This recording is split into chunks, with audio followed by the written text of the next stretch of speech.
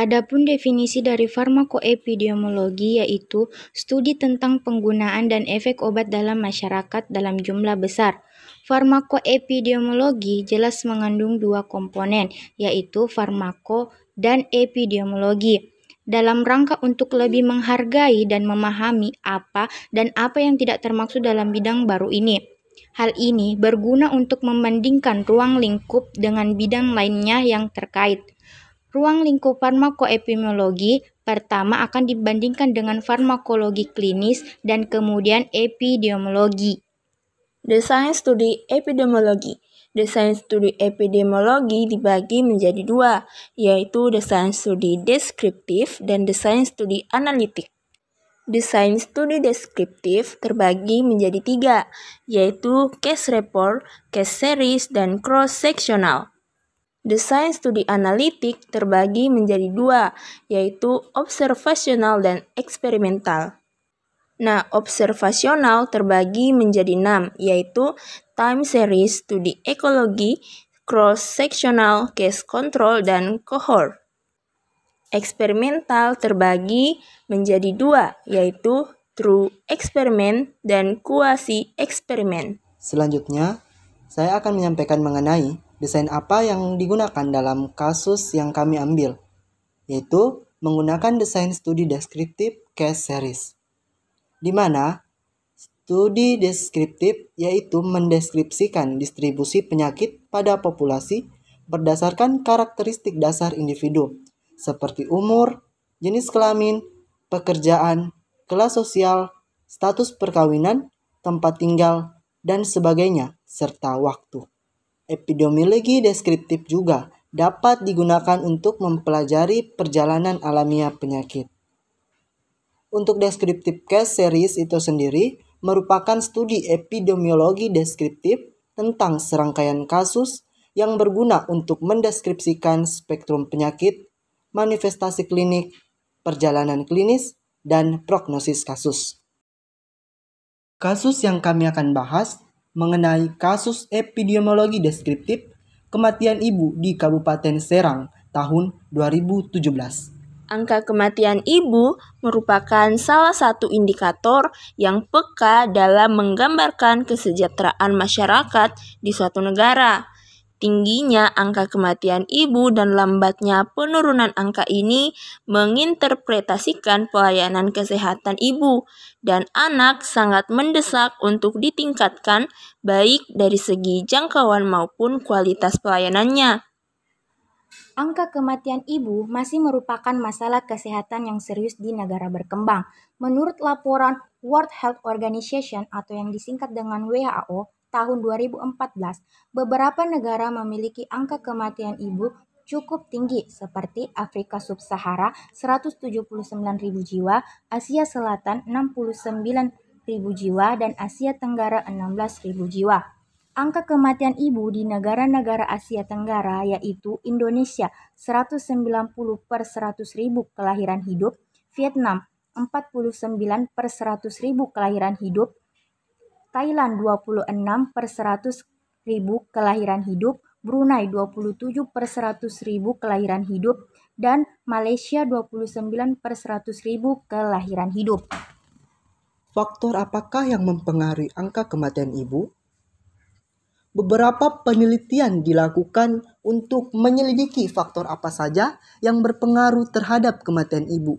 Di antaranya, penelitian yang telah dilakukan oleh Krisnita Dwi Jayanti dan kawan-kawan pada tahun 2016 yang berjudul Faktor yang Mempengaruhi Kematian Ibu pada Studi Kasus di Kota Surabaya. Dengan menggunakan metode observasional dan studi kasus kontrol menyatakan terdapat pengaruh antara riwayat penyakit, riwayat KB, status anemia, dan riwayat komplikasi terhadap kematian ibu. Dan juga penelitian yang telah dilakukan oleh Sari Suryani pada tahun 2012 berjudul Analisis Faktor Kejadian Kematian Ibu di Kabupaten Serang, Banten.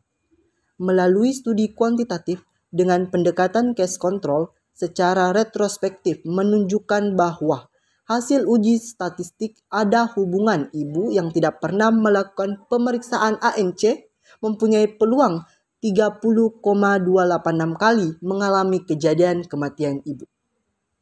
Hasil uji statistik lainnya menunjukkan proporsi ibu yang melahirkan di tenaga non-medis yang meninggal sebanyak 46% dari seluruh ibu yang melahirkan di tenaga non-medis. Selain itu, ada hubungan bermakna kematian ibu yang melakukan proses persalinan dengan tenaga non-kesehatan dengan nilai p-value 0,01 mempunyai peluang 5 kali untuk terjadi kematian ibu. Metode yang digunakan pada penelitian kasus angka kematian ibu di Kabupaten Serang tahun 2017 yaitu menggunakan desain studi case series, yaitu studi epidemiologi deskriptif tentang serangkaian kasus dengan diagnosa yang sama yang berguna sebagai petunjuk awal memformulasikan suatu hipotesa. Dalam hal ini, yang akan dilakukan penelitian adalah kematian ibu di Kabupaten Serang tahun 2017. Lokasi penelitian dilakukan di wilayah kerja Dinas Kesehatan Kabupaten Serang sebanyak 29 kecamatan dengan kasus kematian ibu sebanyak 58 kasus. Penelitian dilakukan pada bulan Juli sampai bulan Agustus 2018. Populasi dalam penelitian ini adalah seluruh ibu masa hamil, bersalin, dan nifas yang meninggal yang tercatat di Puskesmas Wilayah Kerja Kabupaten Serang tahun 2017. Pengambilan data berdasarkan hasil AMP, audit maternal perinatal dari setiap kematian ibu. Data yang diambil adalah inisial responden, identitas keluarga, jenis kelamin, umur, riwayat penyakit ibu, status pekerjaan ibu, tingkat pendidikan, paritas, komplikasi maternal, riwayat KB, pendapatan keluarga, status gizi dan anemia, pemeriksaan antenatal, penolok ANC atau persalinan, tempat ANC atau persalinan, identitas responden, dan data variabel terkait diganti dalam bentuk kode angka yang memiliki makna tertentu. Dari hasil data yang telah diperoleh pada kasus epidemiologi deskriptif kematian ibu di Kabupaten Serang tahun 2017 telah dicantumkan pada tabel berikut. Distribusi kematian ibu berdasarkan usia, pendidikan, pekerjaan, Dari hasil yang telah diperoleh pada kasus epidemiologi deskriptif kematian ibu di Kabupaten Serang tahun 2017 telah tercantumkan dalam tabel berikut. Distribusi kematian ibu berdasarkan usia, pendidikan, pekerjaan, penyebab, penolong persalinan, jumlah paritas, riwayat ANC, status menikah, periode maternal, tempat meninggal, urban rural, dan sarana transportasi. Pada kematian ibu di Kabupaten Serang tahun 2017 tercatat sebanyak 58 orang. Distribusi kasus kematian ibu di Kabupaten Serang tahun 2017 berdasarkan umur terbanyak pada usia 20-35 tahun dengan persentase 70,7%. Pada variabel pendidikan kematian ibu didominasi pendidikan SMP dan SD dengan persentase 32,8% dan 37,9%. Untuk pekerjaan paling banyak sebagai IRT atau ibu rumah tangga dengan persentase 94,7%. Untuk penyebab kematian ibu adalah perdarahan dengan persentase 37,9%, eklamsi 27,6%, penyakit jantung 22%, serta infeksi 6,8%. Dan variasi penyakit lainnya mengambil porsi 5,2%, meliputi stroke, meningioma, dan gagal otak. Kematian ibu berdasarkan penolong persalinan adalah ditolong oleh tenaga kesehatan sebanyak 44 orang dengan jumlah persentase 75,9% dan ditolong oleh dukun bayi sebanyak 14 orang dengan persentase 24,1%. Pada variabel jumlah paritas terbanyak pada ibu yang hamil anak kurang dari 5 dengan persentase 96,6%. Untuk riwayat ANC pada ibu tergolong kategori baik, lebih besar 4 kali yaitu 70,7%, dan ibu yang meninggal sebagian besar sudah menikah dengan persentase 96,6%. Pada periode maternal, paling banyak kematian ibu terjadi di masa nifas, 53,4%, sedangkan pada masa hamil dan bersalin adalah 24,2% dan 22,4%. Tempat meninggal ibu terbanyak di rumah sakit, 63,8%, dan perjalanan 24,1%. Sedikit yang melahirkan di puskesmas, 6,9%, dan rumah 5,2%. Pada variabel urban-rural, kematian ibu terbanyak di pedesaan, 82,8%. Kematian ibu berdasarkan 3T meliputi terlambat memutuskan dengan persentase 34,5%, terlambat rujukan 53,4%, dan terlambat penanganan 12,1%. Untuk sarana transportasi ibu yang meninggal, rata-rata tidak mempunyai kendaraan pribadi atau menggunakan kendaraan umum dengan persentase 88%. Bagaimana penanganan atau solusi kasusnya? Nah, kekhawatiran terkait dampak dari tingginya kasus kematian ibu mendorong WHO dan organisasi-organisasi internasional lain untuk melahirkan The Safe Motherhood Initiative.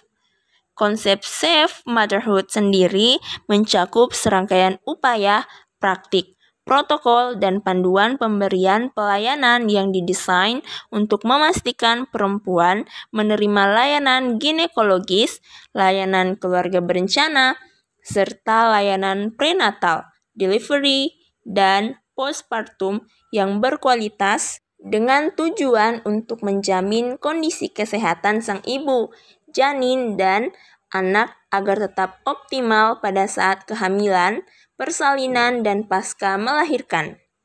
Konsep Safe Motherhood sendiri memiliki 6 pilar utama yang mengacu pada modul yang disusun oleh The Healthy Police Project, yaitu yang pertama ada keluarga berencana. Nah, memastikan bahwa baik individu maupun pasangan memiliki akses terhadap informasi dan layanan keluarga berencana untuk merencanakan waktu, jumlah, dan jarak kehamilan.